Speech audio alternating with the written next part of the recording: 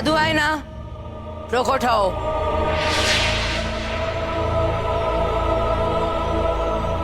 দেখাও আমায় কাল নাগিনীর দুর্দশা দেখাও। আমি কাল নাগিনীর দুর্দশা নিজের চোখে দেখতে চাই আর আনন্দিত হতে চাই। দেখাও। না না না না না না, এখন তবে কাল নাগিনী ব্যস্ত থাকবে এই সব কিছু। চন্দ্রপ্রাসাদে ঢোকার ব্যাপারে আমি মনোযোগ দিতে পারবো।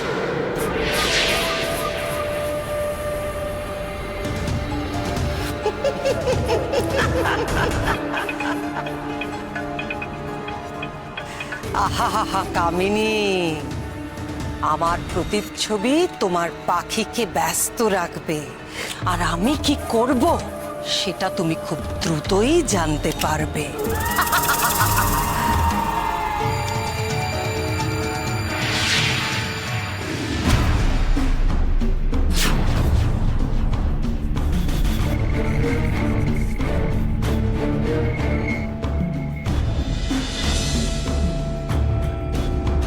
মহানাগমণি, তুমি তো সব জানো, তাহলে বলে দাও না আমায়। চন্দ্রপ্রাসাদে ঢোকার উপায় বলে দাও আমায়। চন্দ্রপ্রাসাদে ঢোকার পরই আমি পরবর্তী শক্তিদ্রব্য সংগ্রহ করতে পারবো।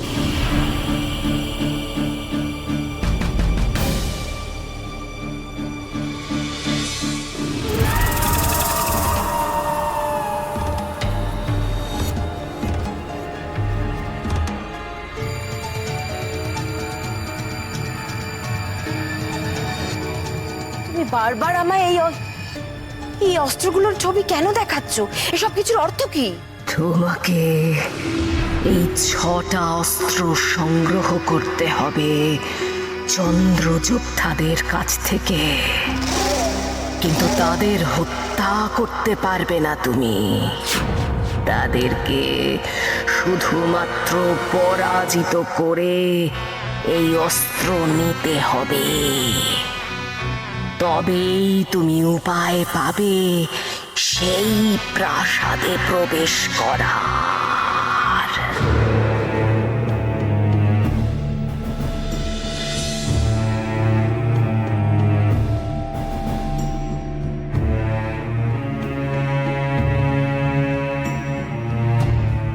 বেশ, তাই হবে। তুমি যা বলবে আমি তাই করব। চন্দ্রপ্রাসাদে প্রবেশ করার জন্য আমি যা খুশি তাই করতে পারি।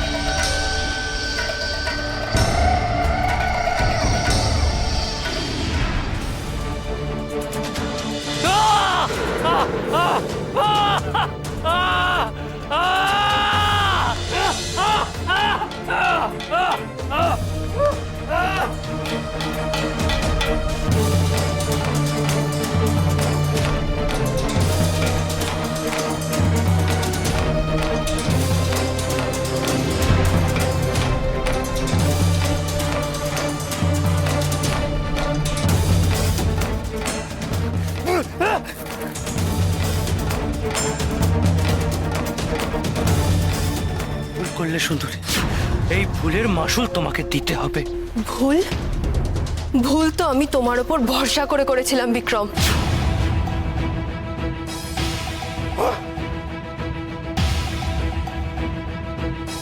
তোমাকে আমি ছাড়বো না, কিছুতেই ছাড়বো না। কেন বিক্রম, কেন কেন তুমি আমাকে এতটা ঘৃণা করো? আমি তো তোমার শুনতে চাই না, কিচ্ছু শুনতে চাই না। তুমি আমার অধিকার ছিনিয়ে নিয়েছো, আর এটাই শেষ কথা।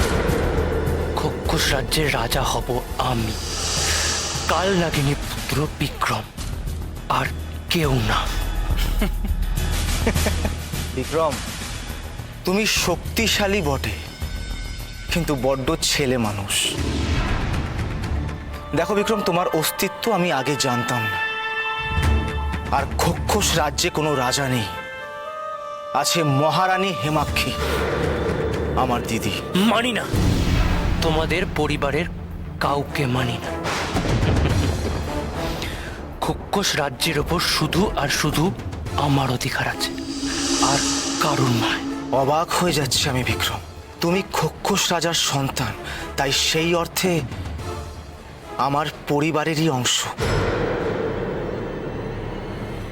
তাহলে সেই খোক্ষস বংশের রক্ত ধারণ করে তুমি এতটা নৃশংস কি করে হতে পারো? তার একটাই কারণ যোদ্ধা, কারণ ওর দেহে তো কালনাগিনীর বিষাক্ত রক্ত বয়ে চলেছে। কার সাথে বৃথা বাক্যালাপ করছো দিদি? ওর কাছে মন বলে কিছু আছে নাকি? আপন, পর, পরিবার, ভালোবাসা, এসব শব্দের কোনো অর্থ নেই ওর কাছে। ও শুধু কষ্টই দিতে জানে। চলো এখান থেকে। এখন আমাদের কণ্ঠহার মিলে গেছে, তাই আমরা খুব সহজেই ফিরতে পারবো।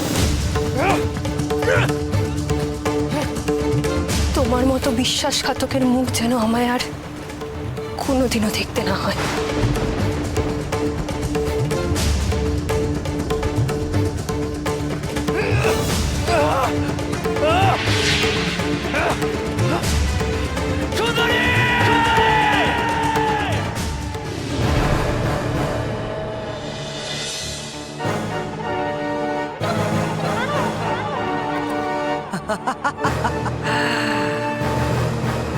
বাহ, কামিনী তো এখন এখানে নেই, অর্থাৎ মহানাগমণি এখন একেবারে অরক্ষিত।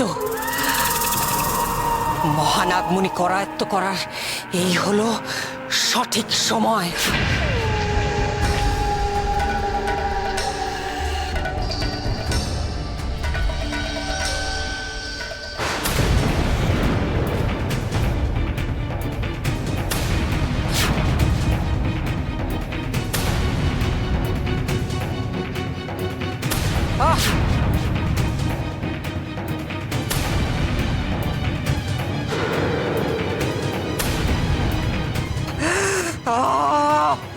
কামিনী, তুমি আমার পথে কাঁটা বিছিয়ে রেখেছো, তাহলে তোমার পথেও যে ফুলের পাপড়ি বেছানো থাকবে না। চন্দ্রপ্রাসাদে প্রবেশ করতে চাও তুমি, তাই তো? কিন্তু তা করার জন্য তোমাকে যে চন্দ্র যোদ্ধাদের অস্ত্র জোগাড় করতে হবে, আর সমস্ত অস্ত্র জোগাড় করলেও তবু অর্ধেক চাঁদের টুকরো তুমি পাবে না কামিনী, কিছুতেই না। মহামন্ত্রী বোধাদিত্য, আমি যা চেয়েছিলাম তা যে এবার পাওয়ার সময় হয়েছে। কামিনী নয়, রোহিণী নয়, কালনাগিনী। কালনাগিনী হবে এই চাঁদের পাহাড়ের রানী।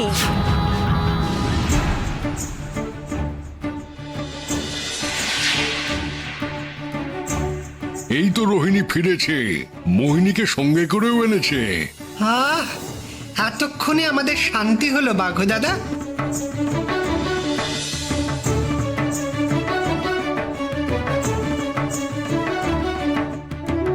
দিদি, এটা কোন জায়গা? এটা হলো বাঘুরামের গ্রাম আর পশুদের জঙ্গল। এখানে সব পশু বন্ধুরা থাকে। আর ওই যে দেখতে পাচ্ছিস, ওটা হলো চাঁদের পাহাড়, আর ওখানেই কামিনী থাকে এখন। তার মানে তো কালনাগিনীও এখন ওখানেই আছে।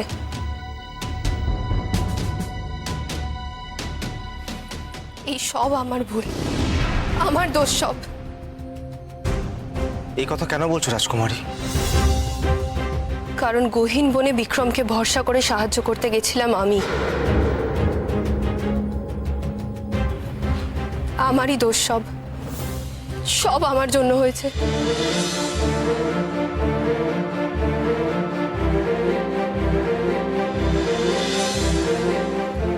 বোকা বোন আমার, কে বলেছে তোর দোষ?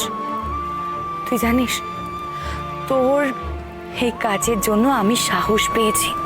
তুই নিজে একা লড়াই করেছিস কাল নাগিনী আর তার পুত্রের সাথে, আর আমি এখন বিশ্বাস করতে পারি। আমি জানি আমার বোন অনেক বড় হয়ে গেছে, সে এখন নিজেই সবকিছু সামলাতে পারবে।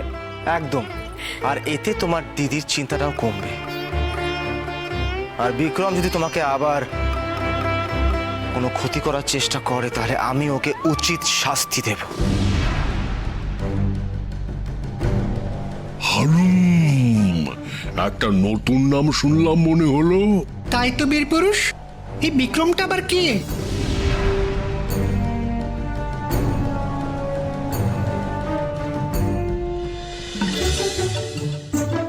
দিদি, এরা আবার কারা?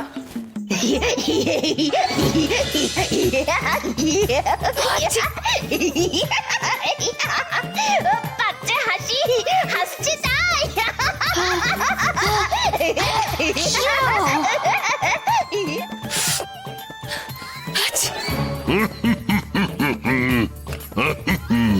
আচ্ছা বিপত্ত, তুষার পর্বত থেকে ফেরার পর থেকেই ঘুঞ্চু আর বদুরি একসঙ্গে যে কেন ঘুরছে? হালুম, জঙ্গলটাই না জ্বালিয়ে দেয়। ঘঞ্চু, বদুরি, তোমরা থামবে? কি লজ্জা, কি লজ্জা নতুন মানুষকে এইভাবে বিব্রত করা। আমি না হয় পরে আসবো। আরে ঘঞ্চু, বদুরি দাঁড়া, আমার বোনের সাথে পরিচয়টা। ভারী অদ্ভুত তো এরা। জঙ্গলে আরো অনেক রকম পশু আছে, সবাই খুব অদ্ভুত আর মজার। একদমই তাই। তুই এখানে থাকলে দেখবি তোর মনটা একদম ভালো হয়ে যাবে। আর তাছাড়া তোকে খুশি করার জন্য উপায় রয়েছে আমার কাছে। জানিস তো, তোর সাথে দেখা করার জন্য একজন অধীর আগ্রহে অপেক্ষা করছে।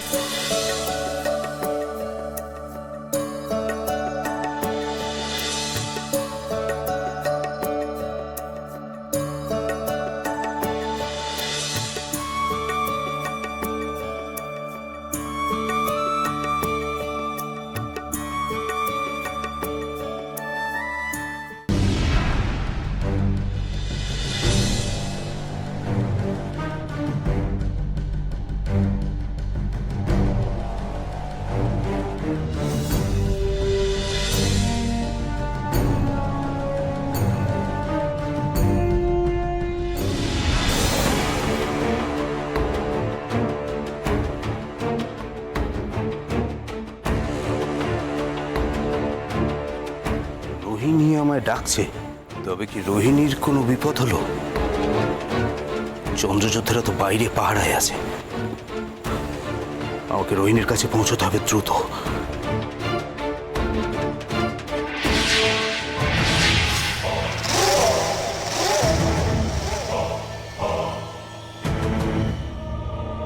যে করেই হোক, যে করেই হোক চন্দ্রযোদ্ধাদের কাছ থেকে ওদের অস্ত্র নিয়ে তবেই আমি ফিরব, তার আগে নয়। কিন্তু প্রশ্নটা হলো কিভাবে কিভাবে কিভাবে ওদের কাছ থেকে ওদের অস্ত্র আমি নেব?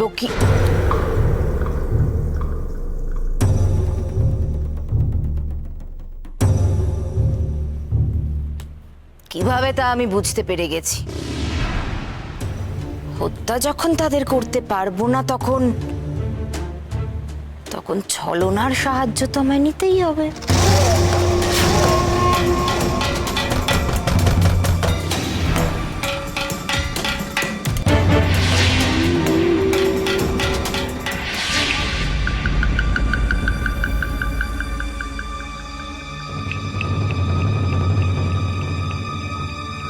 এ কি, কে করাঘাত করলো?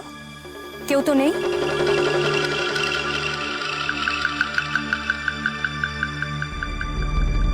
এগুলো কি?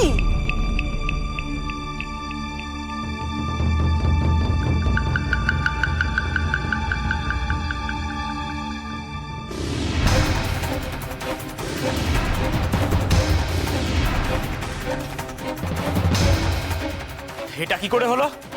কে আমাদের বন্দি করলো?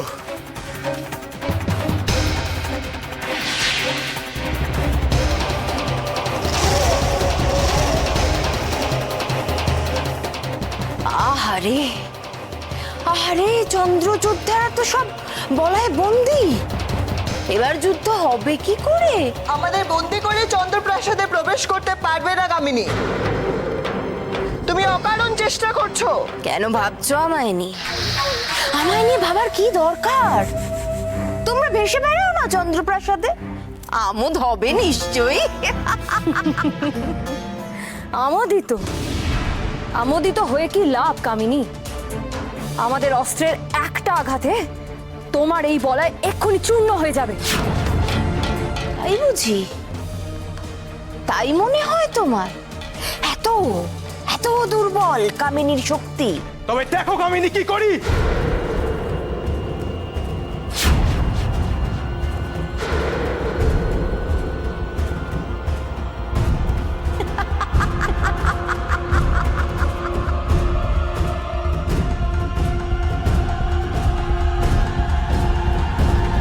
দেখলে দেখলে তুমি আমাদের বন্দি করার সাধ্য তোমার বলয়ে নেই কামিনী।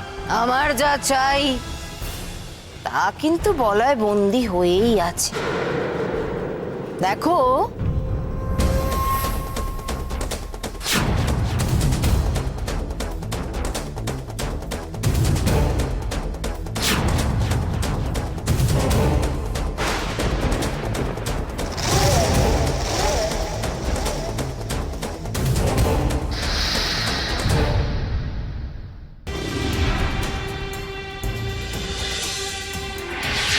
বলো রোহিণী, তোমার কি বিপদ হয়েছে?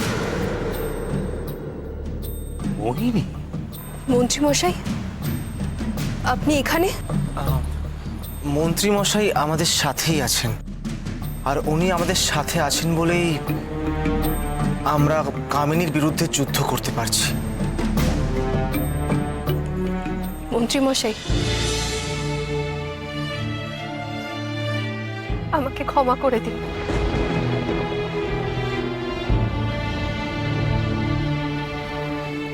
নিজের অহংকারের বশে অন্ধ হয়ে না জানি আপনার সাথে কতটা খারাপ আচরণ করেছি, কিন্তু আজ বুঝতে পারছি তা। ওঠো বইনি,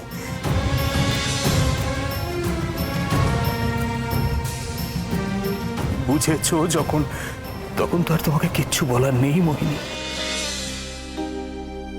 মোহিনী, তুমি আমার মেয়ে লক্ষ্মীর সন্তান। তুমি যে কতটা আদরের, কতটা স্নেহের তোমাকে বলে বোঝাতে পারবো না আমি।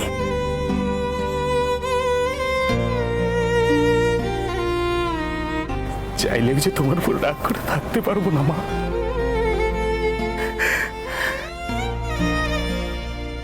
আর আমি সবচেয়ে কৃতজ্ঞ থাকবো রোহিণীর উপর,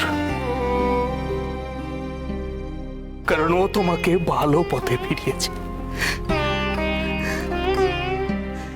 এসো রোহিণী।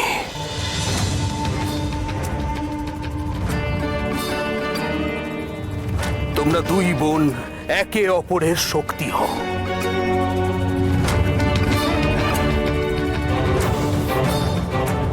বিনাশ করো অন্যায়ের।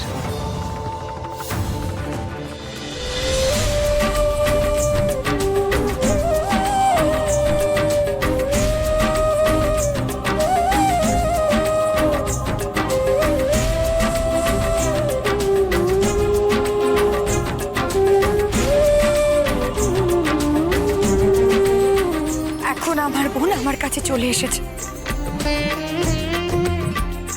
মন্ত্রী মশাই, এবার তো আমরা পরে শক্তি দ্রব্য অর্জন করতে যেতেই পারি, বলুন। এর পরের শক্তি দ্রব্য কোনটা? ওই দেখো বন্ধু, আকাশে